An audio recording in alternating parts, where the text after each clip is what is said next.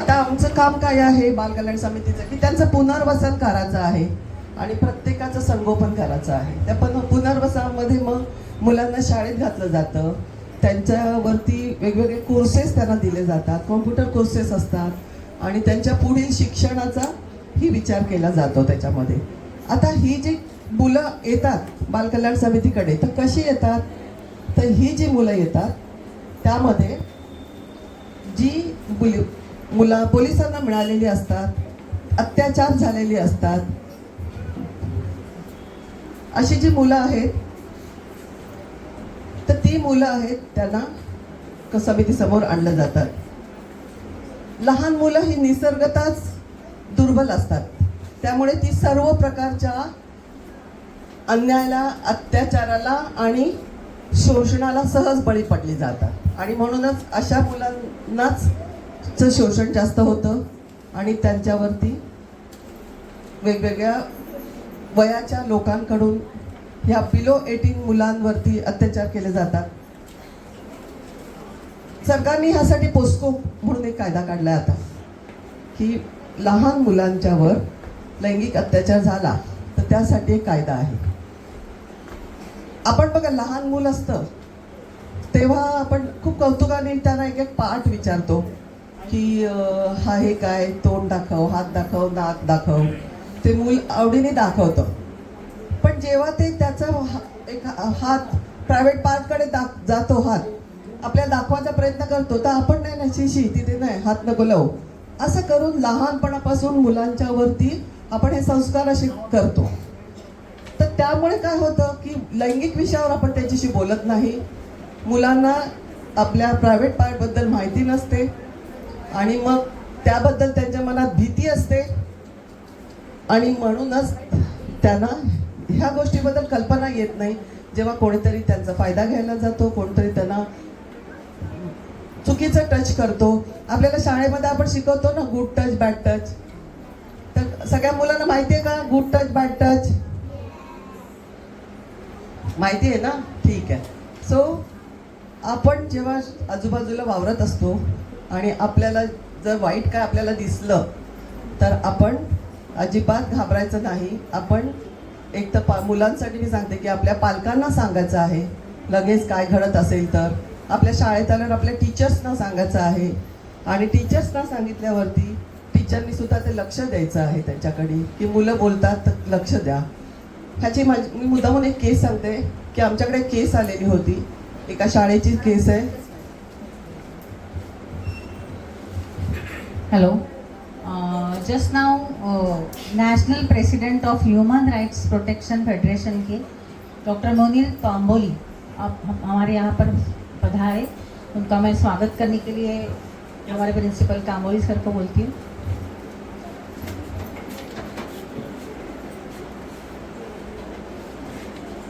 म्हणजे इथे तुम्हाला सांगायचे आहे की आपल्यासारख्या शाळेतल्याच एका मोठ्या शाळेतली केस आहे, आपल्या रायगड जिल्ह्यातल्या आहे. एका मुलीवरती तिच्या घरातून तिच्या स्टेप फादरकडून अत्याचार होत होता. इयत्ता 10 वर्षाची असलेली मुलगी 10 वर्षापासून 14 वर्ष ती अब्यूज होत होती आणि त्या मुलीनी तिच्या म्हणजे स्टेप फादर होते, ती आईला सांगू शकली नाही. ती आईला रिस्पेक्ट करायची, तिला भीती वाटायची परिस्थिती की आपले हे दुसरे वडील आहेत, उद्या आपण यांची तक्रार केली तर काय होणार. तिच्याही घरात तिचे वडीलच तिचे हे करत होते. आणि विशेष म्हणजे त्या मुलीनी जेव्हा ती 14 वर्षाची झाली थोडी हिंमत आली तिच्यात. पहिले तिची फ्रेंड्सकडे तिने चर्चा केली ह्या गोष्टीमध्ये आणि मग नंतर फ्रेंड्स आणि तिने तिला हिंमत दिली की तू आपण टीचर्सला सांगूया आपण. आणि मैत्रिणी सकट जाऊन तिने ते टीचर्सना सांगितलं. टीचर्सला सांगितल्यानंतर टीचर्सनी काउन्सिलरला सांगितलं. प्रत्येक शाळेत एक काउन्सिलर असतो आणि आपल्या शाळेत आहे का सर काउन्सिलर? ओके. सो प्रत्येक शाळेत कायद्याने काउन्सिलर असायलाच पाहिजे. तर त्या काउन्सिलरकडे ती केस सांगितली आणि नंतर मग ती केस प्रिन्सिपलकडे गेले. प्रिन्सिपलकडे गेल्यानंतर व्यवस्थित सगळी केस लिहिली गेली आणि केस घेऊन ते CWC समोर आले. आम्हाला सगळं प्रिन्सिपलने सगळे तिची फाईल घेऊन आले, सगळं सांगितलं. मुलीने आमच्याकडे सांगितलं, टीचर्सनी आम्ही प्रत्येकाशी वेगवेगळं बोलतो, मुलीशी सेपरेटली बोलतो, टीचरशी सेपरेटली बोललं, परत काउन्सिलरशी बोलल्या. आणि जेव्हा आम्हाला खरं वाटतं, कारण बऱ्याच वेळेला खोटं पण बऱ्याच प्रमाणात असतं, मुलं खूप खोटं पण बोलत असतात. सो जेव्हा आम्हाला त्याच्यावरती विश्वास आला, आम्हाला समजलं की तेव्हा आम्ही त्यांना ताबडतोब खारघर पोलीस स्टेशनला फोन करून तिकडे पोलीस स्टेशनला FIR दाखल करायला लावली. आणि FIR दाखल झाल्यानंतर ताबडतोब त्या वडिलांना उचलून तळोजा जेलमध्ये, अजूनही ते तिथेच आहेत तळोजा जेलमध्ये. आणि मुलींनी हुशारी दाखवली आणि त्यामुळे तिच्यावरती होणारा प्रसंग आणि तिने जे भोगलंय ह्याला वाचा फुटलेली आहे. तर आपल्या इथे फक्त 25%च केस या पोलीस स्टेशनपर्यंत जातात.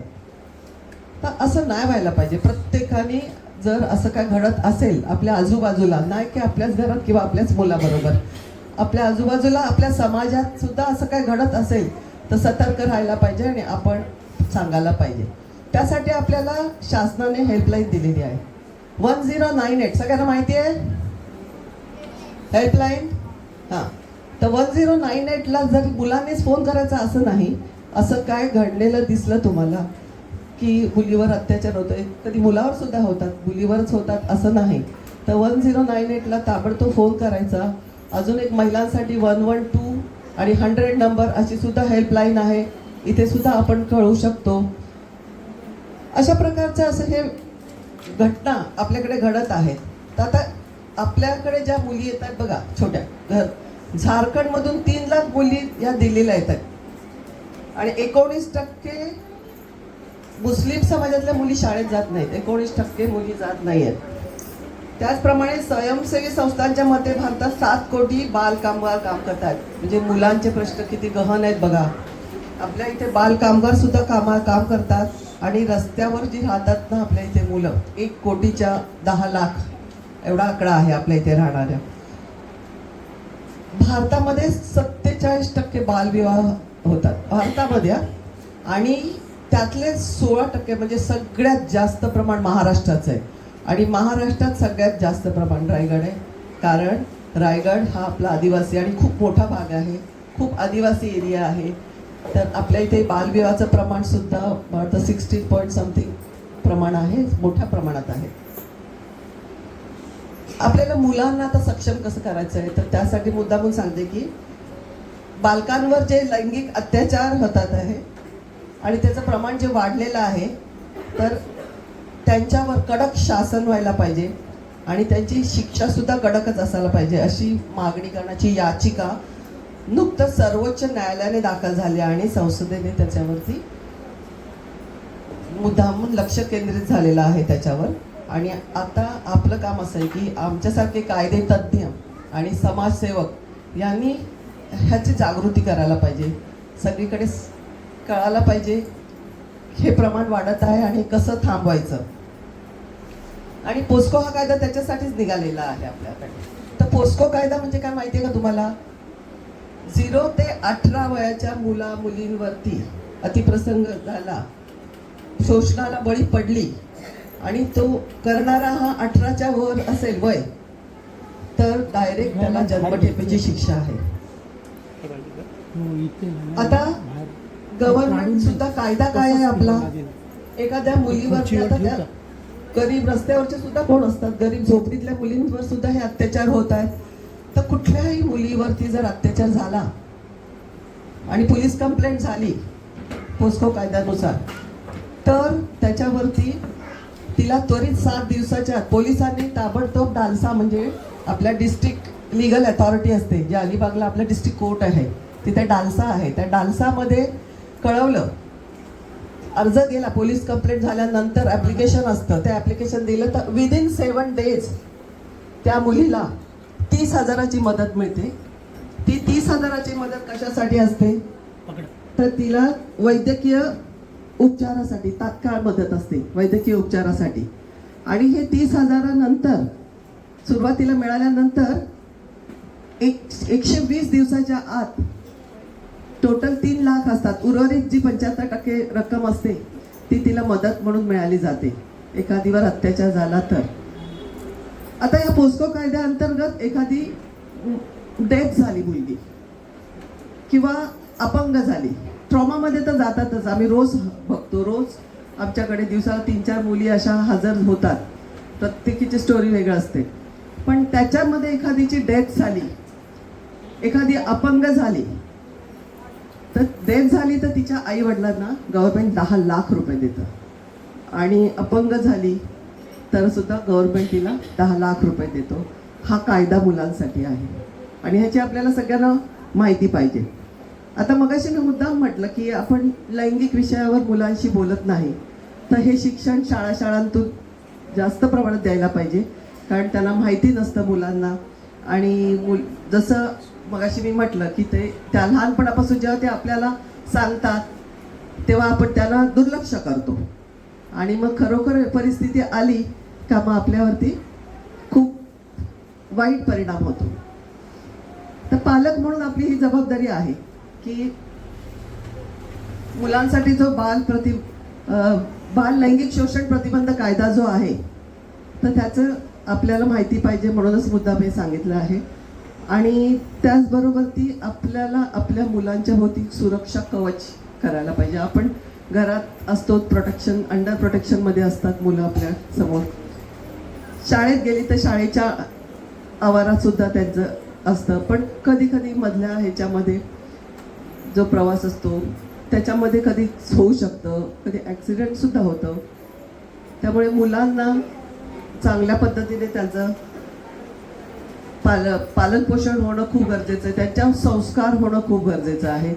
आणि विशेष म्हणजे त्यांच्याशी बोलत राहा, त्यांना वेळ द्या, त्याच्याकडे दुर्लक्ष करू नका. कारण बऱ्याच वेळा बरीच मुलं बरंच काही सांगायचा प्रयत्न करत असतात. आता आपल्याला बाल कामगार हे सुद्धा माहिती असायला पाहिजे. हा पण एक कायदा आहे. तर बाल कामगार म्हणजे 0 ते 14 वर्षाच्या आत तर तुम्ही कोणालाच कामाला ठेवू शकत नाही आपल्याकडे. त्याच्यासाठी पण खूप कडक कायदा आहे की ज्याने कामावर ठेवलं असेल त्याला 20,000चा दंड आहे. आणि पोलिसांची केस आणि ती प्रोसिजर आहे ते तर वेगळाच विषय आहे. काम करू कोण शकतं? ज्याच्या घरातलं वडिलांचा बिझनेस आहे तो मुलगा मदत म्हणून 14च्या नंतर ते सुद्धा. बाकी कोणीही त्याला बाल कामगार म्हणून कामाला लावू शकत नाही. आता आपल्याला सगळ्या प्रकारचे जे कायदे आहेत हे मुलांसाठी आपण जे वेगवेगळे आहेत तर त्याला आपण एक सगळ्यांनी मिळून मुलांच्या दृष्टिकोनात बघून त्यांचं बेस्ट इंटरेस्ट ऑफ चाइल्ड बघूनच आपण त्यांच्याशी वागायला पाहिजे. मला मुद्दामून अजून एक असं सांगायचं की पालकांसाठी एक सांगायचं असं आहे की एक पालकांनी सगळ्यांनी लक्षात ठेवा 5 सूत्र आहेत. तर पालकत्व, आता बघा 1 किंवा 2च मुलं आहेत तरी सुद्धा जड जात आहे तुम्हाला, बरोबर? पूर्वीच्या काळी किती मुलं असायची, पण ती मुलं ते पालक सांभाळायचे, गरिबी होती तरीही सांभाळायचे. आपल्याला 1 किंवा 2 मुलं सांभाळणं खूप कठीण जाते. तर पालकत्व ही खूप महत्त्वाची जबाबदारी आणि ते कौशल्य आहे. आता ह्याच्यामुळे बालकाचं वय जसं जसं वाढत जातं ना तसं तसं त्याचे प्रॉब्लेम आणि त्याच्यात बदल होत जात असतात. 6वी 7वीत मूल गेलं ना का त्याच्यामध्ये हार्मोनल चेंजेस होत असतात. ते हार्मोनल चेंजेस होत असतात त्यामुळे मुलालाही कळत नाही, आईचं लक्ष नसतं, आईला लक्षात येत नाही या पालकांना.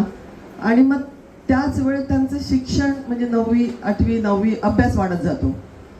अभ्यास थोडासा कठीण असतो, वय कठीण असतं, हार्मोनल चेंजेस होतात, अपोजिट जेंडरकडे त्यांचं अट्रॅक्शन होतं.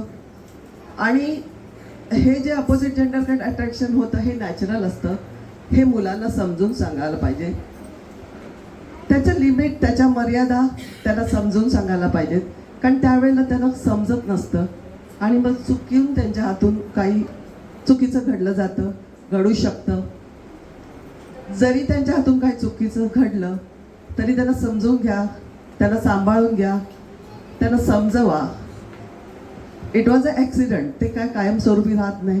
जसं मोठं होतं तसं ते पुढे पुढे जातं, आपण विसरतो त्या गोष्टी. लहान मुलांची काळजी, संरक्षण, नंतर शिक्षण आणि त्यांचं पुनर्वसन हे आपलं पालकांचं महत्त्वाचं कर्तव्य आहे, हे सगळ्यांना माहीतच आहे. आणि हे मुद्दामून असं लक्षात ठेवा की पालकत्व ही क्षमता आहे.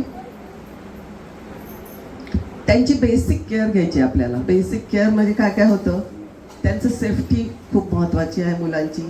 नंतर त्यांच्याबरोबर इमोशनल टच ठेवायला पाहिजे तुम्ही. असं नको आपलं बाळ आहे ते तर आपण त्याच्याशी इमोशनल टच ठेवायला पाहिजे. आणि सगळ्यात महत्त्वाचं म्हणजे मुलांना मारायचं नाही. मुलांना मारू नका.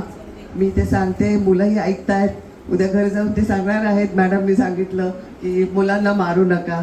पण हे चुकीचं आहे. म्हणजे मुलांना मारू नका हे मी पालकांना नाही सांगत आहे, तर मी टीचर्सना पण सांगते. सो प्लीज मुलांची एकदम चांगल्या ह्याच्याने वागा, प्रेमाने वागा आपलं. आणि मेन म्हणजे काय माहिती का, त्याला मारण्यापेक्षा तुमचे डोळे सतत उघडे ठेवा. डोळे सतत उघडे ठेवा म्हणजे लक्ष ठेवा आपला मुलगा काय करतोय. जरा थोडासा वेगळा वागायला लागला तर लक्षात आलं पाहिजे आपल्या काय झालं मुलाच्यात, आज वेगळा का वागतो. नंतर कधी एकदम शांत बसायला लागतो, कधी असं उदास होतो, कधी एकटा राहायला लागतो. तर असं का होतं, तर हे तुम्ही ऑब्झर्व करायला पाहिजे. पालकांनी हे लक्षात ठेवायला पाहिजे. आणि कम्युनिकेशन पाहिजे पालक आणि टीचर. म्हणजे घरी जर पालकांना काय असं आढळलं की बाबा आपला मूल काहीतरी असं वेगळा वागतो, नेहमी वागणारा, अभ्यास करणारा मुलगा अभ्यास करत नाही, किंवा कमी झोपणारा नुसता झोपा काढतो, चांगलं खाणारा नुसता जास्त खातोय, व्हॉटेवर उलटसुलट होऊ शकतं. तर हे तुम्ही पालकांचा समन्वय साधा टीचर्स बरोबर, जेणेकरून टीचरला पण कानावर जाऊन दे. एखाद्या सगळ्यांचंच नसतं, कधी कधी कोणाबद्दल होतं. पण पालकांनी हे जर टीचर्सला सांगितलं, टीचरला पण माहिती असलं, मग टीचर पण त्या दृष्टीने त्याला हँडल करेल, त्याच्याशी वागेल. हे खूप महत्त्वाचं आहे. तर महत्त्वाचं म्हणजे पैसा नको, मुलांना वेळ द्या. पैसे देऊन काही फायदा नाही त्यांना, की त्यांना तुम्हाला वाटलं चिडचिड करतो हे घे पैसे, नो सॉरी. तुम्ही पैशापेक्षा त्याला वेळ द्या आणि त्यांना स्वावलंबी बनवा. स्वावलंबी म्हणजे काय आहे की उठला की त्याच्या अंथरुणाची घडी घालून ठेवणं, शाळेतून आल्यावर त्याची कपड्याची घडी घालून ठेवणं, त्याची शूज जागेवर ठेवणं, जेवण उठला का त्याचं ताट उचलून ठेवणं. हे जे त्याचं काम आहे की जेवण बनवा, आणि हे नाही, एवढ्या मुलं आहेत, लहान आहेत, पण हे जे काम आहे हे स्वावलंबीपणाचं काम आहे. आणि हे त्यांना शिकवा लहानपणापासून. जेव्हा लहानपणापासून येईल ना, तेव्हा त्यांना मुलांना खरोखर सवय लागेल, मोठेपणे ऑटोमॅटिक ते होत जातं. अजून सर्वात महत्त्वाची गोष्ट म्हणजे पालकांनी, आई वडील, मुलांसमोर भांडू नका. तुमचे काही प्रायव्हेट इश्यू असतील, भांडणं असतील, पण मुलांसमोर भांडू नका. त्याचा मुलांवर खूप परिणाम होतो. मुलं बोलू शकत नाही, सांगू शकत नाही, शेअर करू शकत नाही. ते थोडं बाहेर जाऊन सांगतील की माझे आई बाबा भांडत होते, असं असं झालं नाही. मग ते कुठेतरी मनात दडपलं जातं. आणि मग ते दडपलं गेल्याने ते आतून खचतात मुलं. आणि मग पालकांवरचा विश्वास थोडा डळमळीत होतो त्यांचा. मग त्या भांडणामुळे ते चॉईस कोणाला करायचं असं पण त्यांना होतं. तर त्यामुळे महत्त्वाचं आहे की तुमची भांडणं थांबवा, आणि असतील तर मुलांच्या समोर अजिबात करू नका. त्याच्या मुलांच्या मनावर खूप त्याचा परिणाम होतो. मुलांच्या हितासाठी बोलायचं तर शिक्षकांबरोबर मी आत्ता सांगितलं की सगळ्यांनी चांगले नातेसंबंध पाहिजे. जेव्हा 8 तास मुलं सानिध्यात असतात टीचरच्या आणि मग घरी जातात, त्यामुळे दोघांचं कॉमन आहे ते जबाबदारी. त्यामुळे मुलांच्या जे दोष आहेत ते पालकांनी मुलांना टीचर्सना सांगायला पाहिजे, टीचर्सनी पालकांना सांगायला पाहिजे. जर चुकीचं काय दिसत असेल तर त्याच वेळेत जर त्यांना सांगितलं, माहिती झालं, तर त्याच्यामध्ये प्रोग्रेस होऊ शकतो. मुलांना समजलं जातं. आणि मुलांना मोबाईल देऊ नका, कामापुरता द्या. खूप महत्त्वाचं आहे की मोबाईलच्या वापरावरून त्यासुद्धा रोजच्या आमच्याकडे केसेस येत असतात. इंस्टाग्राम आपल्यापेक्षा आहे ना खूप सहज हँडल करता येतो. चांगली गोष्ट आहे, सायन्स पुढे गेलेलं आहे, काळाची गरज आहे. पण त्याचा गैरवापर करतात मुलं. तर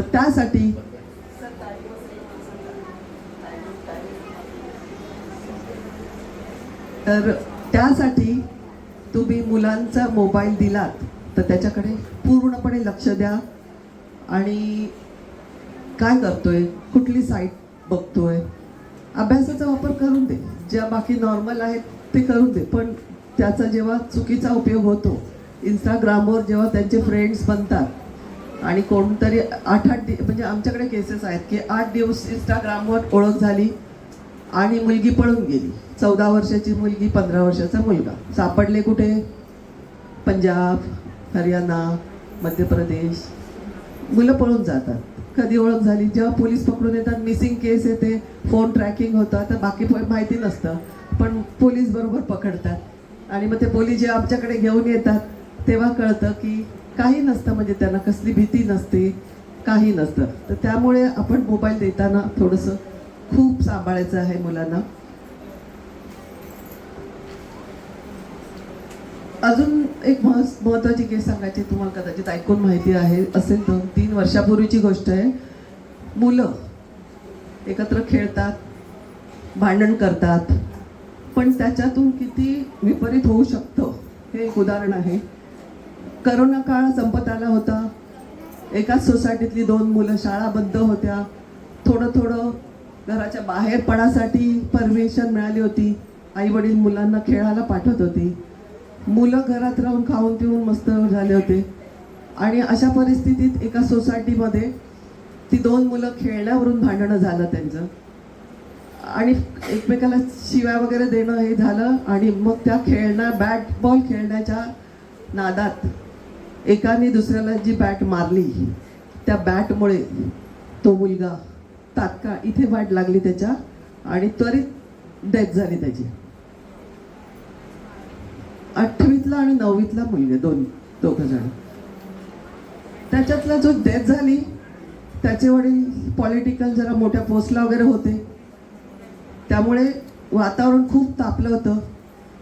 आई वडील एका चांगल्या कॉलेजवरती लेक्चरर होते आणि लांबून सातारा वगैरे साईडवरून आलेली ती लोकं होती. म्हणजे ह्या मुलांच्या भांडणात एकाचा डेथ झाला होता आणि आई वडिलांना त्या सगळ्याला फेस करायला लागत होतं. त्यावेळेला त्यांना तिथे राहायला सुद्धा परवानगी नव्हती. म्हणजे काय होतं की त्यांनाही काही आई वडिलांवरती सगळे चिडून आली होती लोक आणि पोलीस प्रोटेक्शनमध्ये त्यांना एका लॉजवर ठेवायला लागलं. त्यानंतर त्या मुलाचं प्रोडक्शन झालं. जेव्हा JJBला मी होते तेव्हा माझ्यासमोर त्याला घेऊन आले. त्या मुलाला 14 दिवस आपलं कर्जतला आपण निरीक्षण गृह, म्हणजे पूर्वी ते जसं जेल नसते मुलांची, निरीक्षण गृह त्याला म्हणतात. म्हणजे पहिले रिमांड होम बोलायचे, आता कायद्याने रिमांड होम सुद्धा बोलायचं नाही. तर निरीक्षण गृह आहे तिथे. हिनस ऑफेन्स, हा जो हिनस ऑफेन्स होता, म्हणजे 3 प्रकारचे ऑफेन्स असतात. PT ऑफेन्स, हिनस ऑफेन्स म्हणजे मामूली गुन्हे, नंतर PT ऑफेन्सेस आणि हिनस ऑफेन्सेस. तर हे हिनस ऑफेन्सेसमध्ये असतं. तर हे हिनस ऑफेन्सेसमध्ये त्या मुलाला 14 दिवस कंपल्सरी असते. मग एखादी पोस्कोची केस असेल, रेप, एखाद्या मुलाने रेप केला असेल, तर अशा वेळेला 14 दिवस कंपल्सरी त्या मुलाला तिथे राहावं लागलं आणि त्याच्या आईवडिलांना कुठेतरी लांब एखाद्या लॉजमध्ये राहायला लागलं. थोड्या दिवसात जेव्हा ऑर्डर झाली तेव्हा त्याला तिथे त्या गावात राहायला आम्ही परमिशन नाही दिलं, कारण 30 किलोमीटर लांब त्याला ठेवायचं असतं. सो त्याला त्याच्या आजीकडे पाठवण्यात आलं. त्याच्यानंतर ते 10वीचं का 9वी परीक्षा होईपर्यंत मग त्याने येऊन परीक्षा दिल्यानंतर त्या मुलांच्या मस्तीमुळे त्या पालकांना ते कॉलेज सोडून बदली घेऊन त्यांच्या गावाला जावं लागलं. एकुलता एकच मुलगा होता. तर ह्या ज्या अशा प्रकारच्या मुलांच्या खेळण्यातून ज्या केसेस आणि मस्ती, मारामारी, तर ते किती भयानक त्याचं स्वरूप असतं ते मुद्दामून मी तुम्हाला ते सांगितलेलं आहे. आपल्याला आता अजून एक महत्त्वाचं सांगायचं की मुलांना आपल्याला सोशल अप्रोच असतो तो आपल्याला वाढवायला पाहिजे. स्वावलंबी बनवणं तर मी सांगितलंच आहे. त्यांच्या सतत संपर्कात राहायला पाहिजे. कुठे जातो, काय करतो, त्याचे फ्रेंड कोण आहेत हे आपल्याला पूर्ण माहिती पाहिजे. कधी कधी आपली मुलं मोठ्या मुलांशी जास्त दोस्ती करतात. ठीक आहे, चांगलं आहे, त्यांना सगळे माहिती त्यांनाकडनं मिळते. पण कधी कधी काय होतं, मग मोठ्या मुलांशी दोस्ती होते, ही मुलं छोटी असतात, त्यांच्या जवळ जातात आणि मग त्या मोठ्यांकडनं अब्यूज होतात. मुलं सांगत नाहीत, सांगू शकत नाहीत, घाबरतात. म्हणजे बऱ्याच वेळा ते ट्रॉमामध्ये जातात आणि मग खूप प्रॉब्लेम आपल्याला फेस करायला लागतात. तर त्याला जेव्हा मोबाईल द्याल वापरायला, कारण शिक्षणासाठी किंवा तुमच्या शाळेच्या अभ्यासक्रमासाठी सुद्धा तुम्ही पाठवत असाल त्याच्यावर. सो त्याचा त्यांना ठराविक वेळ ठरवा त्याचा, आणि त्याचप्रमाणे त्याचं अभ्यास, व्यायाम, नंतर खेळ, त्याचं आराम करायची वेळ, हे सगळं तुम्हाला ठरवायचं आहे. त्याला तसं सांगायचं आहे. तो कोणाशी बोलतोय फोनवर, काय बघतोय, हे अधूनमधून आपल्याला जाऊन डोकून बघायला पाहिजे. खूप महत्त्वाचं आहे आजच्या काळात. आणि त्याच्याशी संवाद वाढवायला पाहिजे, मुलाबरोबर बोलत राहायला पाहिजे की त्याला आलाय शाळेतनं, बस तुझ्या खोलीमध्ये, बंदी करून ठेवणं हे योग्य नाही आहे. जे ॲप असतात, स्वयंचलित ॲप आहेत वेगवेगळे, तर त्या ॲपचा ते मुलं बरोबर वापर करत असतात, आणि ते कुठले ॲप हे वापरतात ह्याचं पण महत्त्वाचं आपल्या लक्षात आलेलं पाहिजे. तर मला वाटतं अजून एक तुम्हाला सांगते, एक महत्त्वाचा विषय बालविवाह. आपल्याकडे खूप बालविवाहाचं प्रमाण वाढले. आत्ताच मी सांगितलं की महाराष्ट्र 1 नंबरला आहे बालविवाहासाठी. तर बालविवाह प्रतिबंध कायदा 2006 अंतर्गत दोषींना शिक्षा होते. आता ह्याच्यामध्ये कोण कोण दोषी असतं बघा. बालविवाह जर ठरला, आपल्याला समजलं कोणाला, आपण कळवायला पाहिजे लगेच. कुठे कळवायचं? 1098 आहेच, आपली चाइल्डलाईन आहे. 112ला कळू शकतो, 100 नंबरला कळू शकतो. तर 2 वर्षापर्यंत शिक्षा आहे त्याला, आणि 1 लाखाचा दंड आहे. कोणाला आहे? जर आपण कळवलं नाही तर. लग्न लावून देणारा पुजारी असो, तिथला सरपंच असो, ग्रामसेवक असो, आशा वर्कर असो, ह्यांच्या एरियामध्ये हा विवाह झाला म्हणजे सरपंचाचं पद सुद्धा जातं, ज्याच्या विभागात हे होतं बालविवाह. तर बालविवाह हे खूप आत्ताची मोठी आपल्यापुढे समस्या आहे, आणि ती आपला महाराष्ट्र फेस करत आहे.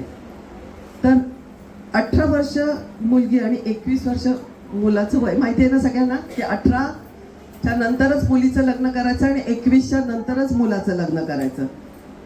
तर ते लहान वयात जर आपण त्या मुलीच्या गळ्यामध्ये जर वरमाला घालत असेल तर ती वरमाला नसते, ती बेडी असते तिच्यासाठी.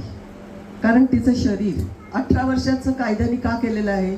18 वर्षाची झाल्यानंतर मुलगी, तिचं शरीर तयार झालेलं असतं लग्नासाठी, आणि त्याच्या आधी जर तिचं लग्न केलं तर मग तिला होणारं बाळंतपण आणि तिची शारीरिक मानसिक स्थिती व्यवस्थित राहत नाही, आणि मग आपलं ह्याचबरोबर ती म्हणजे ते होणारं बाळसुद्धा व्यवस्थित नसतं, आणि ती ते झेपू शकत नाही ना. तर आपण काय करायला पाहिजे की ह्याच्यासाठी बालविवाह झाले नाही पाहिजे. मग का नाही होणार? तर आपण सुशिक्षित व्हायला पाहिजे, आपल्याला शिकलं पाहिजे, आपल्याला कायद्याची माहिती पाहिजे, आपण शिक्षण घेतलं पाहिजे, आणि त्यामुळे आपल्या आरोग्यावरचा गंभीर परिणाम आपण टाळू शकतो. नंतर आर्थिक ओझं पण असतं ना, दोघंही कमवत नाही, बालविवाह झालाय, लहान आहे मुलगी, शेवटी लागतं, पैसा लागतो. त्याच्यामुळे आपण स्वतःवरती खूप कंट्रोल ठेवायचा आहे. कुठल्याही मुलींना मुद्दामून सांगते, अट्रॅक्शन असतं, हे चुकीचं नाही आहे, हे नॅचरल आहे, नॅचरल समजा.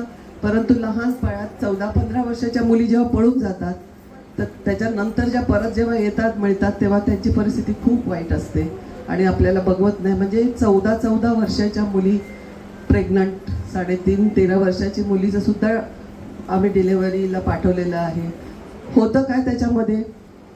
24 आठवड्यापर्यंत परमिशन आम्हाला आहे ॲबॉर्शनची, मग 14 वर्ष 15 वर्षाची जी मुलगी असते. परंतु 24 महिन्याच्या पुढे काळ झाला, जास्त दिवस झाले का मग हायकोर्टाची परवानगी घ्यायला लागते, आणि 7 महिने असलं तर हायकोर्ट परवानगी देतं, पण त्याच्याही पुढे गेल्यावरती परवानगी मिळत नाही. आणि अशा कमी वयामध्ये जेव्हा ती त्या बालकाला जन्म देते त्यावेळेला एक तर ती पीडित असते, कधी पीडित असते, कधी प्रेम विवाह करून पळून गेलेल्या असतात, आणि मग त्याच्यामुळे सगळीकडे बालमृत्यूचं पण प्रमाण वाढलेलं आहे. मग ती छोटी बाळं, कुपोषण हा एक आपल्यासाठी आपण भेडसावत आहोत आपल्या इथल्या मुलांसाठी.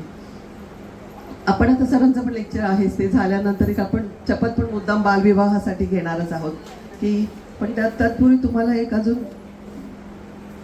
घरातली गोष्ट अजून एक आहे, आम्ही जास्त करून सांगत नाही, परंतु तुम्हाला सिरियसनेस यायला पाहिजे की आपल्याच घरामध्ये आपल्या मुला मुलींवर लक्ष पाहिजे. हे खूप महत्त्वाचं आहे. जेव्हा एकाच घरातली केस जेव्हा समोर येते ना, आमच्यासारखे पण हादरून जातात. म्हणजे माझ्याकडे एक जेव्हा केस पहिल्यांदा आली होती तेव्हा मी 6 महिने मी खूप डिस्टर्ब होते. म्हणजे असं होऊ शकतं. सख्खे भाऊ बहीण, मुलांना काही वाटत नाही. मुलं एक्सपेरिमेंट करायला जातात. त्यांच्या हातात मोबाईल आहे, पाहिजे ते बघतात आणि एक्सपेरिमेंट. सख्खे बहीण भाऊ एक केसमध्ये. आणि जेव्हा ती मुलगी प्रेग्नंट राहिली, गरीब घरात घर. कारण काय तर गरिबीमुळे पैसे नाही आहेत. आई कुठेतरी कामाला जाते, वडील नाहीत विशेष म्हणजे.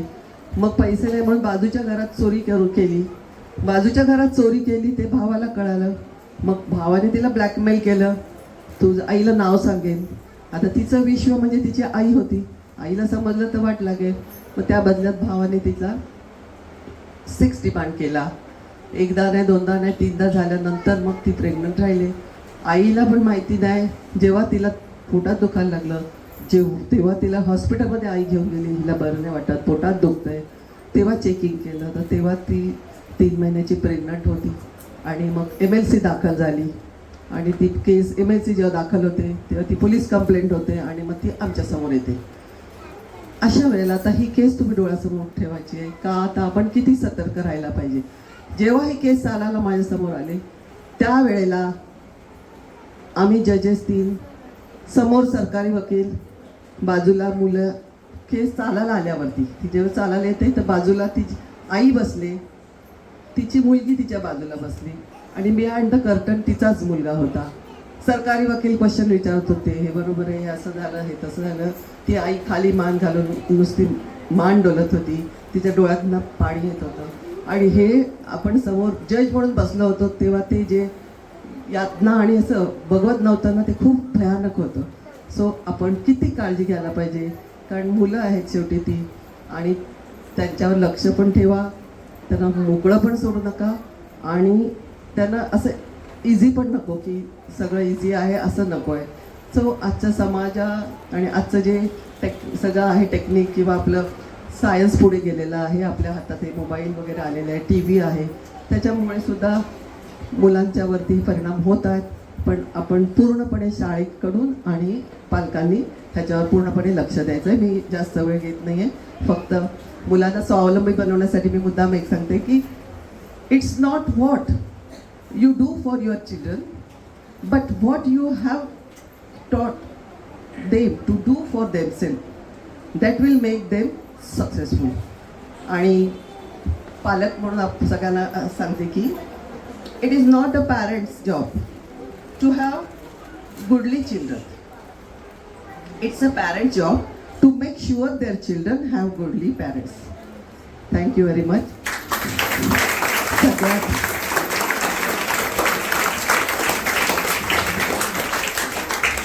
सगळ्यांना नवीन वर्षाच्या हार्दिक शुभेच्छा. परत भेटू, कधी आम्हाला बोलवा. तुमच्यासाठी आम्ही आहोत. Thank you very much. Thank you sir, इथे बोलवल्याबद्दल. Thank you very much.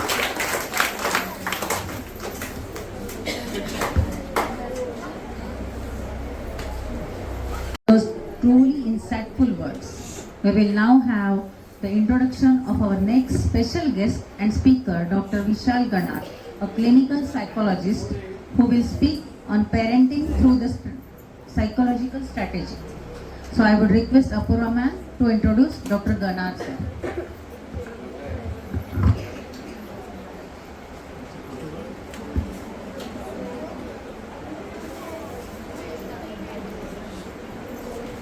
Dr. Vishal Ganar is an RCI certified rehabilitation and clinical psychologist with a PhD honors in neuro-rehabilitation psychology, MPhil in rehabilitation psychology, PG in clinical psychology, and a PG diploma in guidance and counseling.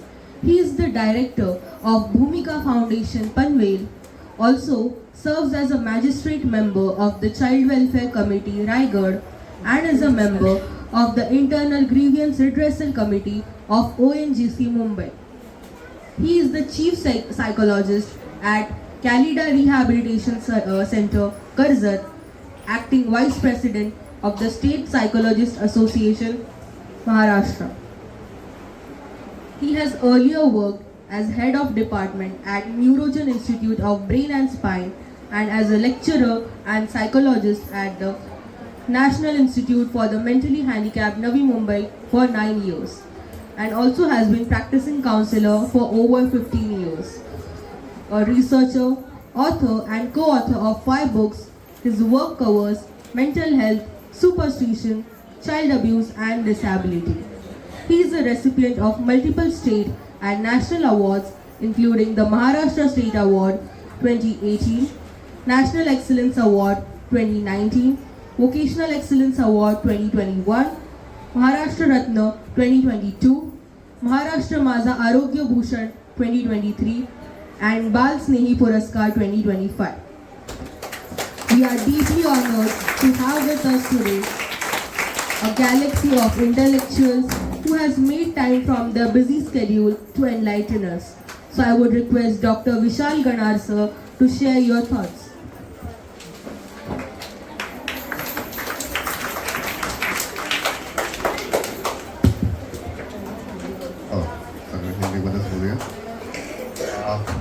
Thank you very much. मंच पे उपस्थित rotary president Shri Shivaji Patil साहब, secretary Shri Vikram Kumar sir, हमारे CWC member आदरणीय advocate Shubhangi जेमसे ma'am, जेमसे sir यहाँ पे बैठे हैं, साथ में principal साहब, मेरी सहकारी doctor Priyadarshini, she is a neuro scientist working with Bhumika foundations, and parents, respected parents. मैंने रिस्पेक्टेड पेरेंट्स बोलना ज़रूरी है यहाँ पे क्योंकि बहुत बड़ी जिम्मेदारी आप लेके आए हो यहाँ। और मेरे दोस्तों, डियर स्टूडेंट्स, मुझे पता है आपके पास बहुत ज़्यादा समय नहीं है, मैं आपका ज़्यादा समय लूँगा भी नहीं। मैं जिस पर्पस से यहाँ पे खड़ा हुआ हूँ, एक साइकोलॉजिस्ट के तौर पे मैं कुछ बातें आपके साथ शेयर करना चाहूँगा। मुझे एक जगह खड़े रह के बात करना बिल्कुल आता नहीं, तो मैं कोशिश करूँगा कि थोड़ा सा वॉक करूँ, right? I am sorry for that अगर आपको डिस्टर्ब होगा तो। सो बेसिकली आप लोग काफ़ी सारी चैलेंज भी नहीं होगी। जैसे मेरे माँ बाप को कभी चैलेंज नहीं फील हुआ क्योंकि हम गांव में पले बड़े और पूरा गांव हमारा पेरेंट था वहाँ उस समय। अभी प्रॉब्लम यह है कि हमें नहीं पता है हमारा बच्चा क्या कर रहा है, सही कर रहा है गलत कर रहा है, ये भी हमें नहीं पता। अब सही समझे या गलत समझे उसका डेफिनेशन भी हमें नहीं पता, राइट? कई बार तो कहीं सुनी बातों को समस्या समझ लेते हैं हम लोग, कई सुनी बातों को एक्चुअली हम समझ नहीं पाते कि ये प्रॉब्लम है या नहीं है। तो आज मैं आपके साथ हिंदी में जिसको व्यवहार कहते हैं, मराठी में वर्तन कहते हैं और इंग्लिश में बिहेवियर कहते हैं, इसके बारे में बात करने वाला हूँ। मेरी हिंदी सबको समझ में आ रही है? ओके। किसी को समझ में नहीं आ रही और किसी को मराठी में समझना है तो आप मुझे पूछ सकते, इंग्लिश में भी बता दूंगा, हिंदी में भी बता दूंगा। सो मैं तो अभी हिंदी में बात कर रहा हूँ। सो बेसिकली हम सब पेरेंट्स हैं और मुझे कहा गया था कि पेरेंट्स से बात करनी है और पेरेंट्स में तो सीक्रेट बात की जाती है, लेकिन यहाँ पे स्टूडेंट भी है तो मैं कोशिश करूँगा कि एक बैलेंस बनाया जाए ताकि ये दोनों पार्टियाँ एक दूसरे को समझ पाए। तो कहते हैं मैं एक सवाल पूछूंगा आपसे, आप लोगों में हम सब लोग व्यवहार करते हैं, बिहेव करते हैं नहीं करते? ओके। अभी जो आप कर रहे हो वो व्यवहार है, बर्ताव है, बिहेवियर 24/7 करते रहते हैं। जब हम सोते हैं तभी नहीं करते, राइट? और मुर्दा नहीं करता है व्यवहार, राइट? वो कर सकते क्या? तो अभी मैं आपके साथ बात कर रहा हूँ, ये भी व्यवहार का पार्ट है। अभी आप मुझे बताओ कि आप मेरे में क्या देख रहे हो, क्या ऑब्जर्व कर रहे हो मेरे में? बताएगा कोई? हाँ, बराबर है गलत? आपकी चुप्पी बता रही कि आप झूठ बोल रहे हो। हाँ, सो बेसिकली हम सब झूठ बोलते हैं। हम सब झूठ बोलते हैं, लेकिन आप झूठ बोलना एडवाइस करोगे क्या? आप अपने बच्चों को एडवाइस करोगे क्या झूठ बोलना? लेकिन कभी कभी झूठ बोल देते हैं और हमारे अपने खुद के रीजन है, उसके भले के लिए मैंने झूठ बोला, नहीं इसमें अच्छा था इसलिए मैंने झूठ बोला, बरोबर? नहीं उसको आदत लगानी थी इसलिए मैंने झूठ बोला, बरोबर? तो आप सभी इस बात से अग्री करते हैं कि झूठ बोलना समस्यात्मक व्यवहार है, मतलब प्रॉब्लम बिहेवियर है, लेकिन फिर भी हम कर रहे हैं, है ना? गलत बात है ना भाई झूठ बोलना, है नहीं है? है, फिर भी हम कर रहे हैं। वैसे ही हमारे बच्चों में भी कई सारी ऐसी समस्या है जो समस्या नहीं है ना? हम इस प्रॉब्लम से कई बार जूझते हैं और परेशान होते हैं कि हाय मेरा बच्चे का क्या होगा, और 24/7 मियाँ बीवी में यही बातें चलती रहती है, और जो बातें चलती है काफी स्ट्रेसफुल होती है, और कभी कभी तो यहाँ तक नौबत आती कि इसके पीछे तू जिम्मेदार है, इसके पीछे तू जिम्मेदार है, होता है, और एक दूसरे को ब्लेम करते हैं, ये तेरा ही बेटा है तू संभाल ले इसको। माँ बोलती है नहीं ये आप पे गया है, आपका बेटा है, तो देखो आपका बेटा है और आप एक दूसरे को ब्लेम कर रहे हो, उससे तो प्रॉब्लम सॉल्व नहीं होने वाली है यार, नहीं होगी। इससे सिर्फ और सिर्फ घर में स्ट्रेस बढ़ेगा और मियाँ बीवी मम्मी पापा एक एक हफ्ता तक बात नहीं करेंगे और बच्चा अपना खुशी से मजे करेगा। ये देखो अग्री कर रहे बच्चे, है ना? तो हमें ये समझना जरूरी है, पहले तो ये बात हमेशा ध्यान में रखिए कि बच्चे के साथ डील करते समय हम सबको एक पेज पे रहना जरूरी है। मैंने ऐसे कई सारे एग्जाम्पल देखे, स्पेशली जॉइंट फैमिली में, अगर बच्चा कोई चीज मांगता है, मम्मी ना बोलती है, फिर वो पापा के पास जाता है, पापा भी ना बोलते हैं, फिर वो दादी के पास जाता है, दादी भी ना बोलती, फिर वो दादा के पास जाता है, दादा दे देते हैं, दादा उसके फेवरेट बन गए, दादा के साथ उसका रिलेशनशिप बन गया अच्छा, और बाकी ये 3 लोग किसी काम के नहीं। क्या होता अगर दादा ने भी नहीं बोलता तो बच्चा सीख जाता ना कि ये जरूरी नहीं है। तो सबसे पहले ये बात हमेशा ध्यान में रखनी है, स्टूडेंट टीचर के साथ या टीचर और पेरेंट्स ने हमेशा घर में जितने भी मेंबर है, बच्चे से जितने भी बड़े लोग हैं, उन सभी ने ये समझना जरूरी है कि हम सबको बच्चे के साथ डील करते समय एक पेज पे रहना जरूरी है ना? अगर मम्मी ने ना बोला तो सभी ने ना बोलना चाहिए, क्योंकि मम्मी को पता है या पापा को पता है ये इसके लिए उतना जरूरी नहीं है। हम बहुत ज्यादा लाड करने की वजह से कोई एक बंदा घर में उसकी वो डिमांड पूरी कर देता है और उसे अच्छा क्या और बुरा क्या ये समझ में नहीं आता, राइट? पहला बात समझ में है, हम सभी को क्या रहना चाहिए, क्या करना चाहिए? एक पेज पे रहना, मतलब एक व्यू रखना बहुत जरूरी, एक ही व्यू रखना, बराबर? नहीं तो बच्चे का जो भी फेवरेट है ना घर में, समझ लेना इसी ने इसे बिगाड़ दिया है, अंडरस्टूड? तो पहला ये ध्यान में रखना। दूसरा ये है कि हर समस्या नहीं होती, जैसे मैंने कहा कि झूठ बोलना, हम भी झूठ बोलते हैं, लेकिन हम हमेशा झूठ बोल रहे हैं, गलत बात है ना, राइट? हम अभी ये समस्या है या नहीं है ये समझना बहुत जरूरी है, इसका एक क्राइटेरिया है, ये समझना यहाँ पे बहुत जरूरी लगता है मुझे। फर्स्ट ऑफ ऑल, कोई भी व्यवहार, कोई भी बर्ताव अगर आपको समझना है कि ये प्रॉब्लम है या नहीं है, तो उसका 3 क्राइटेरिया है मेजर करने का।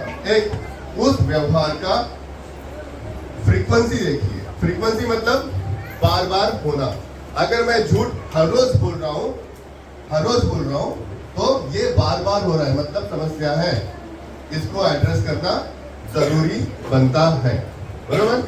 अगर बच्चा बार बार किसी को मार रहा है तो समस्या है, अगर बच्चा बार बार आपको ना ना ना ना बोल रहा है तो समस्या है। एक हाथ बोलना ठीक है, एक हाथ बार, लेकिन अगर बच्चा जोर जोर से चिल्ला रहा है, एक हाथ बार ठीक है, लेकिन हर रोज चिल्ला रहा है तो समस्या है। तो सबसे पहला क्राइटेरिया क्या होगा, हमें चेक करना है कि वो कितना फ्रीक्वेंटली कर रहा है।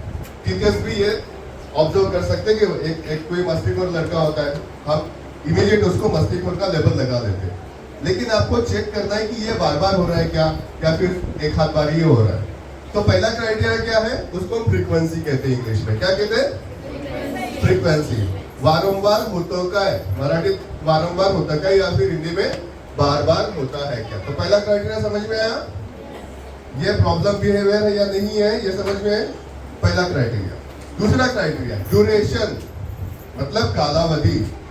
For example mobile 10 minute 15 minute ठीक है, राइट, वो तो हम भी देखते हैं। आई एम श्योर आप सभी पेरेंट्स 10 मिनट के ऊपर मोबाइल नहीं यूज करते, हाँ 10 मिनट ही करते होंगे ना। चलो मान लेते आप ज्यादा करते हो। ये देखो, मैं आपको यहाँ पे लज्जित करने नहीं आया हूँ, मैं आपको अवेयरनेस देने की कोशिश कर रहा हूँ कि अगर 10 मिनट 15 मिनट के कालावधि के लिए या फिर ड्यूरेशन में बच्चा मोबाइल यूज कर रहा है तो इट्स ओके, आप भी कर रहे हैं तो भी इट्स ओके 10-15 मिनट्स। लेकिन अगर उसका कालावधि और ड्यूरेशन ज्यादा है तो प्रॉब्लम है ना। मोबाइल यूज करने वाले कई सारे ऐसे स्टूडेंट और लोग हमारे मेंटल हॉस्पिटल में एडमिट हैं। इसके बहुत बुरे प्रभाव और परिणाम होते हैं, अंडरस्टूड। सो आपको ये ध्यान में रखना है कि आपका ये व्यवहार है 10-15 मिनट से ऊपर ना हो। दूसरा क्राइटेरिया क्या हमारा, कालावधि का। पहला क्या था, इंटेंसिटी का, दूसरा कालावधि मतलब ड्यूरेशन। अगर बच्चा ज्यादा सो रहा है या ज्यादा जाग रहा है तो कालावधि ज्यादा है, अंडरस्टूड। बच्चा बहुत ज्यादा देर तक रो रहा है, ड्यूरेशन ज्यादा है, ऐसे में वो प्रॉब्लम बिहेवियर होने के चांसेस है। तीसरा क्राइटेरिया, पहला क्या था, फ्रीक्वेंसी, दूसरा क्या है, ड्यूरेशन म्हणजे कालावधि, और तीसरा इंटेंसिटी, जिसको मराठी में तीव्रता कहते हैं, हिंदी में भी तीव्रता ही कहते हैं शायद। तो इंटेंसिटी मतलब आप उससे कुछ छीन रहे हो, आप कुछ ले रहे हो तो बहुत जोर जोर से स्क्रीम कर रहा है। इंटेंसिटी, जोर जोर से हाथ मार रहा है दरवाजे पे, बैंग कर रहा है दरवाजा, रिमोट फेंक रहा है, मोबाइल फेंक रहा है, टीवी के ऊपर कुछ कर रहा है, राइट। ये सारी चीजें आप अगर ऑब्जर्व कर रहे हो तो वो आप इंटेंसिटी ऑब्जर्व कर रहे हो, मतलब तीव्रता, राइट। सो ये 3 क्राइटेरियाज है जहां पे हमें हमेशा चेक करना पड़ेगा कि मेरे बच्चे में प्रॉब्लम है या नहीं है। तो मैं वापस दोहराऊंगा, मेरे पास आप दोहराना। पहला क्राइटेरिया क्या है, फ्रीक्वेंसी म्हणजे वारंवार, दूसरा ड्यूरेशन मतलब कालावधि, और तीसरा इंटेंसिटी। ये 3 चीजों के ऊपर हमेशा ध्यान में रखना है हमें कि वेदर ये प्रॉब्लम बिहेवियर या नहीं है। कई बार ऐसा होता है कि बच्चा एक आध बार मस्ती करता है और हम परेशान होते हैं। अगर आपने इस 3 पॉइंट पे चेक करना शुरू कर दिया तो आपका कई सारा प्रॉब्लम खत्म हो जाएगा। अब समस्या है कि इसमें से कई सारे प्रॉब्लम हमें भी है ना, हम सभी में है, राइट। तो हम खुद को नॉर्मल कहते हैं और बच्चे को प्रॉब्लमेटिक कहते हैं। तो डोंट फॉरगेट, बच्चे हमें देख रहे हैं, बच्चे हमें देख के ही सीख रहे हैं, और बच्चे देख के ही सीखेंगे। अगर आप उसको करेक्ट करने की कोशिश करें वर्बली कि ऐसा मत कर, वैसा मत कर, मत मोबाइल यूज कर, मत कार्टून देख, इतना टाइम वेस्ट मत कर, इसका मतलब हम सब उतना टाइम वेस्ट कर रहे, हम सब उतना टाइम मोबाइल पे रह रहे, हम सब टाइम पास कर रहे, है ना। चाइल्ड रेयरिंग एक टीम वर्क है, और टीम वर्क में सिर्फ बताना नहीं होता, करना भी होता है। तो अगर आप जो एक्सपेक्टेड चेंजेस बच्चे में देखना चाहते हैं, वो एक्सपेक्टेड चेंजेस हमें खुद में लाना जरूरी है। अगर वो खुद में आ रहे हैं तो ऑटोमेटिकली बच्चे को भी आप मोटिवेट कर रहे हो बिना कुछ कहे। अगर क्या होगा, अगर आपने आदत लगा ली महीने में किताब पढ़ने की, आप आई एम श्योर यहाँ पे कई सारे लोग किताब पढ़ते होंगे, हाथ ऊपर कर, कौन घर में किताब पढ़ता है, स्टूडेंट छोड़ के, वेरी। तो मैं आज मैं आपका ज्यादा समय नहीं लूंगा, मैं सिर्फ ये बताने की कोशिश कर रहा हूँ, अगर आपको बच्चे को आदत लगानी है, जो आदत लगानी है वो आप शुरू करिए, है ना। अगर एक एक्सपेरिमेंट करके देखते हैं। 1 महीने के बाद आप मुझे आके बताना, आप बच्चे को कुछ मत बोलिए, उसे मत बोलिए कि पढ़ो, कुछ मत करिए, आप पढ़ना शुरू करो और फिर 1 महीने के बाद में मुझे बताओ कि क्या चेंजेस है घर में। 1 घंटे के लिए डिसाइड कर लो, कोई भी अपनी पसंद की किताब पढ़ना शुरू कर दो। तो बच्चे बेसिकली इमिटेट करके सीखते हैं, मतलब क्या, देख के सीखते हैं। अंडरस्टूड? तो ये आप कर सकते हो, वो ये बेस्ट पेयर मॉडिफिकेशन का तरीका है। दूसरा ये है कि कुछ क्राइटेरियाज है, आप बच्चे से बहुत ज्यादा एक्सपेक्ट नहीं कर सकते। उसने ये भी करना है, वो भी करना है, पढ़ाई में भी अच्छा परफॉर्म करना है, ये सारी चीजें आप नहीं कर पाए, शायद इसलिए आप अपने बच्चे से भी एक्सपेक्ट कर रहे हो, जो कि इनजस्टिस है उनके साथ, राइट? सो ऐसे में कोई एक स्पेसिफिक बात को लेके आप उसे मोटिवेट करिए, लेकिन बाकी इन जनरल कॉमन सा पूछताछ करना। जैसे कि अभी देखिए, सबसे ज्यादा बिजी कौन है यहाँ पे पता है? सबसे ज्यादा बिजी कौन है? आपका जॉब कितने घंटे का है सर? 8-9 घंटे का, 12 घंटे का, राइट? जो भी नौकरी कर रहे हैं यहाँ पे, सर आपकी जॉब कितने घंटे की है? लगभग 10 से 12 घंटे हम सब लोग काम करते हैं। स्टूडेंट स्कूल में भी जाते हैं, ट्यूशन में भी जाते हैं, घर में भी पढ़ाई करनी है। देखो, आप लोगों की तारीफ करो, इसका मतलब ये नहीं कि आप ब्लैकमेल करो, राइट? तो सोने के पहले तक हम ये एक्सपेक्ट करते हैं कि वो पढ़ाई करते रहे, है ना? तो आपने ये समझना बहुत जरूरी है कि एक ही बात जो बोरिंग सी है, जो मुझे भी कभी पसंद नहीं आई, लेकिन जरूरत थी इसलिए मुझे पढ़ना है, और मुझे कुछ करना था इसलिए मुझे पढ़ना था, वो सेंस था मेरे पास। लेकिन अगर पढ़ाई एंटरटेनिंग है तो डेफिनेटली उसका फायदा होगा, लेकिन बोर्डम जिस बात से आता है, आप उसे बार बार दोहरा रहे हो और आप एक्सपेक्ट कर रहे हो कि ये चीज करें, तो थोड़ा सा बच्चों को प्रॉब्लम होता है। तो ऐसे में हमें देखना चाहिए कि बच्चे सबसे ज्यादा बिजी है, उसमें उनकी बहुत ज्यादा एनर्जी जा रही है, तो ऐसे में आपको अल्टरनेट आइडियाज इंप्लीमेंट करना जरूरी है, पर्यायी व्यवस्था करने महत्वाचं ठरतं। अशा वेळेस आपण काय करतो, मग वीकेंड में जाते हैं और बच्चे को जो चाहिए वो दे दें, या फिर चलो आज मजे करते हैं, सैटरडे संडे आ गया, मजे करते हैं। अभी प्रॉब्लम क्या हो रहा है ना, ये बच्चे मॉल में मजे के लिए जा रहे हैं। अब समस्या ये है कि बच्चा ट्रांजैक्शन सीख रहा है, मनी ट्रांजैक्शन सीख रहा है, बच्चे का रिलेशनशिप मॉल के साथ बन रहा है, आप लोगों के साथ नहीं बन रहा है। ये बच्चा बड़ा हो रहा है, उसको पैसों का लेन देन आ गया, वो बोलेगा आप मत आओ, मुझे आप पैसे दे दो, मैं खुद चल के जाऊंगा और मेरा एंटरटेनमेंट कर दूंगा। तो इतने साल हमने जो वीकेंड कल्चर हमने डेवलप किया है, मॉल वाला या फिर कहीं घूमने जाने वाला, इस सारी सिचुएशन में प्रॉब्लम क्या हुआ कि पेरेंट और बच्चे का रिलेशनशिप बिल्ड ही नहीं हो पाया, और यही बच्चा है जो बड़ा होने के बाद माँ बाप को वृद्धाश्रम में भेजता है। अंडरस्टूड? क्योंकि वो अटैचमेंट डेवलप नहीं हुआ यहाँ पे। तो मेरा ये रिक्वेस्ट है आप लोगों के साथ, वीकेंड आता है तो बच्चों के साथ खेलो, बच्चों को टाइम दो, साइकिलिंग करने जाओ, मैदान में जाओ, घर में कुछ आप खेल सकते, टीवी ऑफ करके कुछ खेल सकते हैं क्या सभी लोग? इससे क्या होगा, एक रिलेशनशिप बिल्ड होगा और बच्चे में और आप में अटैचमेंट डेवलप होगा। ये अटैचमेंट आपको लॉन्ग लाइफ एक दूसरे के लिए हेल्पफुल रह सकता है। तो कोशिश करिए कि बच्चे के साथ एक अच्छा रिलेशनशिप बिल्ड करें, सिर्फ माध्यम का यूज ना करें। माध्यम क्या है यहाँ पे? पैसा, मॉल, ये सारी चीजें जरूरी नहीं है ना? ये सिर्फ एंटरटेनमेंट के लिए बनी है, आप उन्हें एंटरटेनमेंट की आदत लगा। तो कोशिश करिए कि आपका और बच्चे का रिलेशनशिप अच्छे से डेवलप हो यहाँ पे। इवन टीचर्स का भी यहाँ पे एक अच्छा, टीचर और ही करते होंगे रिक्रिएशनल एक्टिविटीज एंड ऑल, बहुत अच्छा डांस किया यहाँ पे बच्चों ने, उनके लिए जोरदार ताली बजनी चाहिए। आई एम श्योर ये सिर्फ और सिर्फ टीचर्स और स्टूडेंट के रिलेशनशिप की वजह से बना है, राइट? वो आपके तरफ देख रहे थे, आप उनको कुछ बताने की कोशिश कर रहे थे, राइट? हालांकि साउंड सिस्टम नहीं था उतना स्ट्रॉन्ग, फिर भी उन्होंने उतने एंटरटेनमेंट के साथ और जोश के साथ किया, है ना? वेरी वेल डन बच्चों, वेरी गुड, शाबाश। सो बेसिकली यहाँ पे रिलेशनशिप दिखता है, ये सिर्फ और सिर्फ आपके अटैचमेंट से डेवलप होने वाली बात है। तो आप कोई माध्यम का यूज ना करें, मनी, मॉल, इन चीजों से दूर रहें।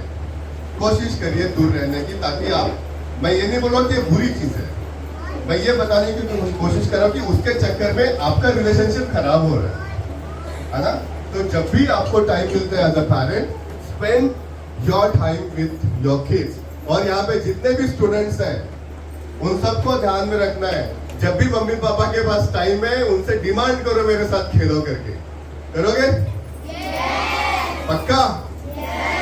क्या खेलोगे? मोबाइल पे गेम नहीं खेलने हैं, ठीक है? आपके पास चेस है, इंडोर गेम में कैरम है ना, और भी कई सारी ऐसी चीजें आप डिमांड कर सकते हो। तो मेक श्योर आप अपने मम्मी पापा का पूरा टाइम लो, है ना, राइट? यस।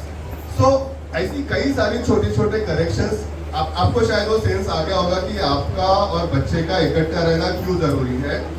आपको पॉसिबल जितने भी ट्रिक्स आपको मिलते हैं या फिर उपाय मिलते हैं, वो सारे उपायों का यूज करो और कोशिश करो आप अपने बच्चे के साथ एक अच्छा रिलेशनशिप एस्टैब्लिश करो।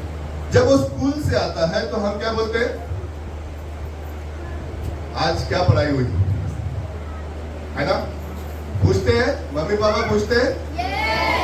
सबसे पहला सवाल क्या होता है? आज क्या पढ़ाई हुई। मैं चाहूंगा आप सभी पेरेंट्स, जब भी बच्चा घर के अंदर है, पूछो थक गया है क्या, कुछ खाना है क्या, कुछ पीना है क्या। एक हग करो उसके साथ, एक प्यार की छप्पी दो, और फिर बाद में पढ़ाई के बारे में पूछो। क्या इसका मतलब ये नहीं कि पढ़ाई के बारे में बात नहीं होगी, समझ में आया? तो पढ़ाई के बारे में भी बात होगी, लेकिन आप उनको याद दिलाओ कि मैं आपका बच्चा हूं, मुझे एक हाथ दे दो, मैं थक गया हूं, मेरे सर पे हाथ रखो। यू गेटिंग माय पॉइंट, व्हाई इट इज इम्पोर्टेंट। ये बहुत बहुत जरूरी है ना? पढ़ाई के पहले आप उसके हेल्थ के बारे में पूछो, खाना खाया क्या ये पूछो, तब कोई परेशानी तो नहीं ये पूछो। फिर बाद में जब वो रिलैक्स हो जाए तब पढ़ाई के बारे में पूछो, क्योंकि स्कूल में पढ़ाई की बात हो रही थी 6 घंटा, है ना? उसके पास उसको आप नया क्या दे रहे हो? नया कुछ नहीं दे रहे हो या अलग कुछ नहीं दे रहे हो। तो ऐसे में हमें एक इमोशनल अटैचमेंट बिल्ड करना बहुत जरूरी होती है बीइंग अ पेरेंट। तो कोशिश करो। सबसे पहला सवाल क्या होगा पेरेंट्स? यस, हग। हग मतलब जप्पी, प्यार की जप्पी, राइट, है ना?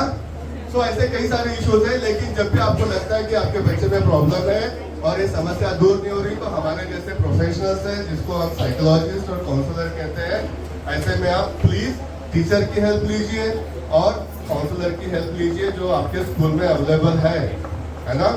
तो मैं और ज्यादा टाइम नहीं लूंगा, आई एम श्योर मेरा टाइम खत्म हो गया यहाँ पे बात करने का, लेकिन जो मैंने बात की आप लोगों के समझ में आई नहीं आई? पीछे डन। सो इसके बाद हमें ध्यान रखना है कि एक दूसरे का अच्छा रिलेशनशिप बिल्ड होना है, तो सबसे पहले एक दूसरे की हक दो डेफिनेटली, और एक दूसरे का ख्याल रखो। उस ख्याल में ही अटैचमेंट है, उस ख्याल में ही प्यार है, उस ख्याल में इमोशनल इन्वॉल्वमेंट है, जो आज की तारीख में कई सारे घरों में मिसिंग है, राइट? तो आज से शुरू करेंगे, अभी से शुरू करेंगे। कितने लोग रेडी है? हाथ ऊपर करो, देख के दो मुझे। कितने लोग हक करेंगे, कितने लोग प्यार से बात करेंगे? आप नहीं करेंगे sir? Yes. So thank you very much doctor Vishal Yadav, thank you. नंतर खूप पालक आपले कोणाचे 1 पॅरेंट्स 2 पॅरेंट्स एक्सपायर झाले. ही शासनाचीच योजना आहे, बाल संगोपन योजना. ही पहिलेपासून आहे, परंतु ही योजना आपल्याला माहिती नव्हती, कारण अवेअरनेस कमी आहे त्याचा, आणि त्याचा अवेअरनेस करायचा आहे आपल्याला. हे सुरुवातीपासून आमचं ठरलं होतं, पण सॉरी फॉर दॅट, तो विषय राहिला. तर मी त्याची माहिती तुम्हाला थोडक्यात देते. बाल संगोपन योजना अशासाठी आहे की 1 पॅरेंट्स ज्या मुलांना एकच पालक आहे, ज्याचे वडील किंवा आई एक्सपायर झाले. करोनापासून हे प्रमाण वाढलं जास्त आणि तेव्हापासून ह्या योजनेवरती आम्ही जास्त भर दिला. काही मुलांचे पालक जेलमध्ये जातात, आई किंवा वडील अशी मुलं सुद्धा आहेत त्याच्यामध्ये. त्याच्यानंतर काही मुलांचे पालकांना कॅन्सर सारख्या रोगाने ग्रस्त असतात, अशा पालकांची मुलं. एड्स झालेले असतात काही पालकांना, त्यांची मुलं. अजून महत्वाचं म्हणजे अपंग पालक आहेत, अपंग पालकांची मुलं.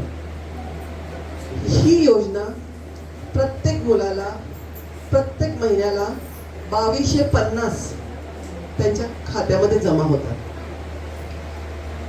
अजून एक पॉइंट राहिला, ज्यांचे केस चालू आहे कोर्टामध्ये, डिवोर्स केस, डिवोर्स झाला असला तरी सुद्धा आणि डिवोर्स केस चालू असेल तरी सुद्धा अशा या बालकांना एका फॅमिलीमध्ये 2 मुलांना मिळू शकतं.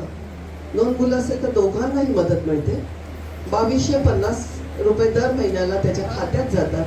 ही गव्हर्नमेंटची योजना आहे. ह्याच्यासाठी फॉर्म आहे. आपल्या ओळखीच्या आजूबाजूच्या नात्यातल्या फ्रेंड्समधल्या लोकांना हे मुद्दाम माहिती द्या. आपल्याला दिसत असेल कोण असा आहे की तो जो गव्हर्नमेंटचा फॉर्म आम्ही तुम्हाला देऊ, मॅडमकडे मी देऊन ठेवेन, तो फॉर्म भरायचा आहे. त्या ऑफिसला तो फॉर्म भरायचा आहे. त्याच्यात दुसरं काहीच एक्स्ट्रा लावायचं नाही.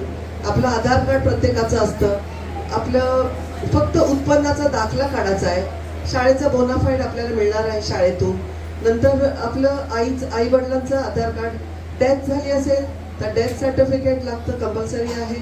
केस चालू असेल कोर्टात तर केसची कॉपी लागते. आजारी असेल तर मेडिकलची कॉपी लागते. हे सर्व जेव्हा तुम्ही देता आणि मग नंतर एक बालक किंवा 2-3 बालक असतील त्या महिलेला तर तिघांनाही मदत नाही. गव्हर्नमेंट 2च मुलांना देतं. तरी पण 4500 रुपये एका घरात जातात आणि हे व्यवस्थित येतात. त्यांचं फक्त अकाउंट खोलायचं असतं बँकेमध्ये आणि ते अकाउंट आधार कार्डला लिंक करायचं असतं.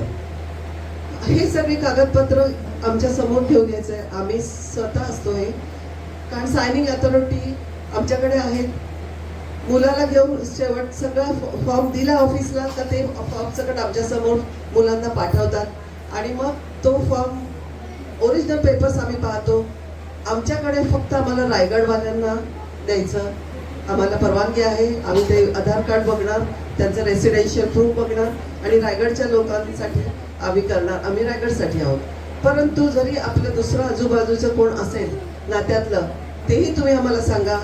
जसं आम्ही ते CWC आहे, अख्ख्या महाराष्ट्रात प्रत्येक जिल्ह्यात CWC आहे. आमचा एक ग्रुप आहे. आम्ही सगळे एका ग्रुपवर रोज असतो. आम्ही तुमची माहिती त्या CWCला कळवू, तुमचा फॉर्म तिकडे पाठवू, तिथेही तुम्हाला मदत मिळून दे. काही वेळेला मग आम्ही इथला आधार कार्ड काढायला लावतो. जर बरेच वर्ष आपले इथे असतात, मायग्रेट झालेले पालक पण असतात ना, तर त्यांना सुद्धा मग आम्ही देतो इथली मदत. तर ही जी मदत खूप महत्त्वाची आहे आणि ही सगळ्यांना माहिती असावी. आणि ही शासनाने मुलांच्यासाठी, जसं मगाशी चाइल्ड राईट्स हा एक राईट्स आहे, हा तुमच्यासाठी आहे. आणि कोणीही बालक उपाशी राहिलं नाही पाहिजे, अशिक्षित राहिलं नाही पाहिजे. तर ही त्याच्या मागची संकल्पना आहे. आमची कमिटी आल्यापासून 4-4.5 पर्यंतच्या केसेस आम्ही केलेल्या आहेत अख्ख्या रायगड जिल्ह्यातल्या. आणि मुद्दामून सांगायला आनंद होतोय की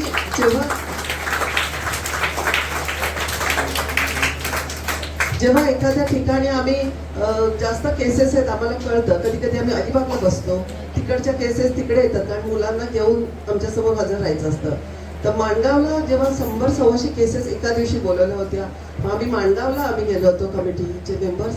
त्यावेळेला महिला बाल विकास मंत्री स्वतः आदिती तटकरे मॅडम आल्या. त्यांनी उपस्थिती दाखवली, विचारलं, कारण हे त्यांचं डिपार्टमेंट आहे आणि त्यांना खूप बरं वाटलं की त्यांच्या भागात जाऊन सुद्धा आम्ही हे काम करतोय आणि आपल्या मुलांना एवढी मदत मिळते. कधी कधी 1-2-3 महिने गव्हर्नमेंटचं आहे, हा पैसे लगेच नाही आले तरी घाबरायचं नसतं.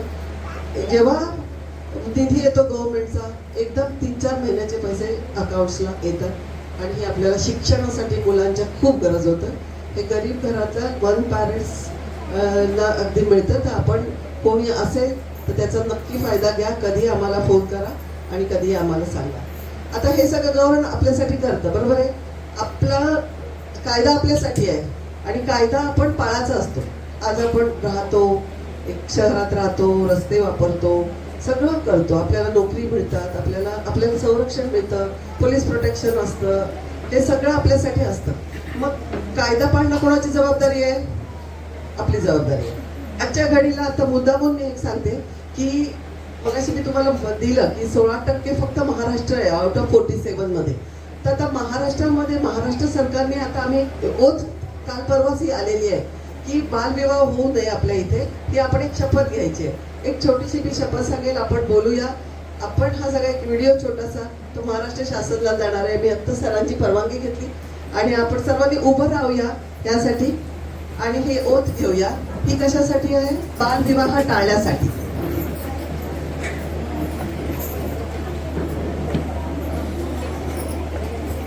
ओके, सभी लोग रेडी है? ये इसलिए क्योंकि बाल विवाह का काफी ज्यादा प्रमाण है रायगढ़ डिस्ट्रिक्ट में और पूरे भारत में भी ऐसे कई सारे केसेस देखे गए. एडवोकेट शुभांगी जैनसन ने ऑलरेडी बताया आपको, मैं भी उस कमेटी का मेंबर हूँ. तो इसके चलते हमें एक ओथ लेनी बहुत जरूरी है और इतना संवेदनशील मुद्दा है जिसको हमने उतनी संवेदनशीलता के साथ में हमें डील करना है. तो मैं बोलूंगा और आपको रिपीट करना है. रेडी? ओके. बाल विवाह एक सामाजिक बुराई है और गैर कानूनी भी है जो बालिकाओं की शिक्षा, सुरक्षा, स्वास्थ्य और विकास में बाधा है तथा उनके सपनों को साकार होने से रोकती है. इसलिए मैं शपथ लेता हूँ कि मैं बाल विवाह के खिलाफ हर संभव प्रयास करूंगा. सुनिश्चित करूंगा कि मेरे परिवार, पड़ोस और समुदाय में किसी बालिका का बाल विवाह ना होने पाए. ऐसे में किसी भी बाल विवाह के प्रयास की सूचना पंचायत और सरकार को दूंगा. मैं बच्चों की शिक्षा एवं सुरक्षा के लिए अपनी आवाज बुलंद करूंगा. और thank you.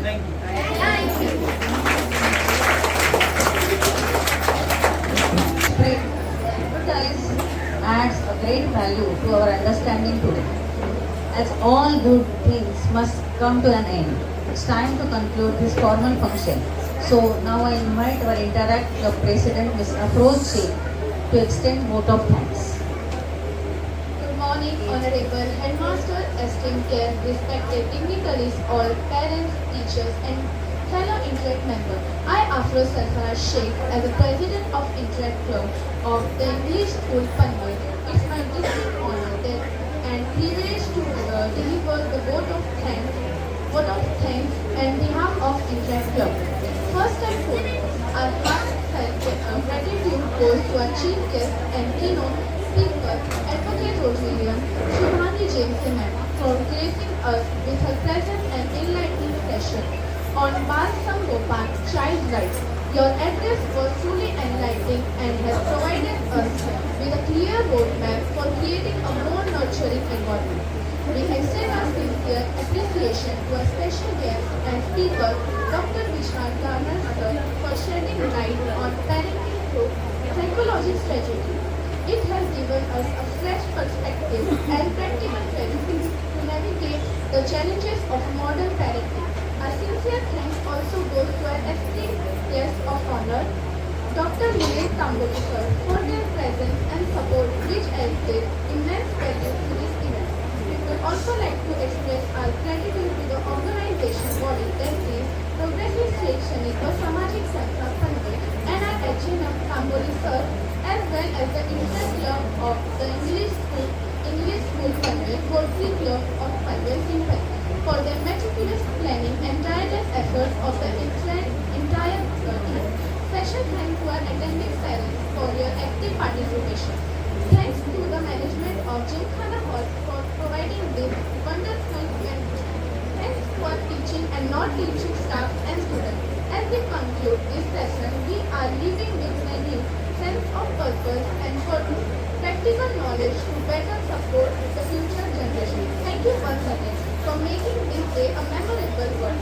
We look forward to seeing you as future guests. Thank you. Now I would like to request you all to stand up for Vande Mataram. Have a wonderful day ahead.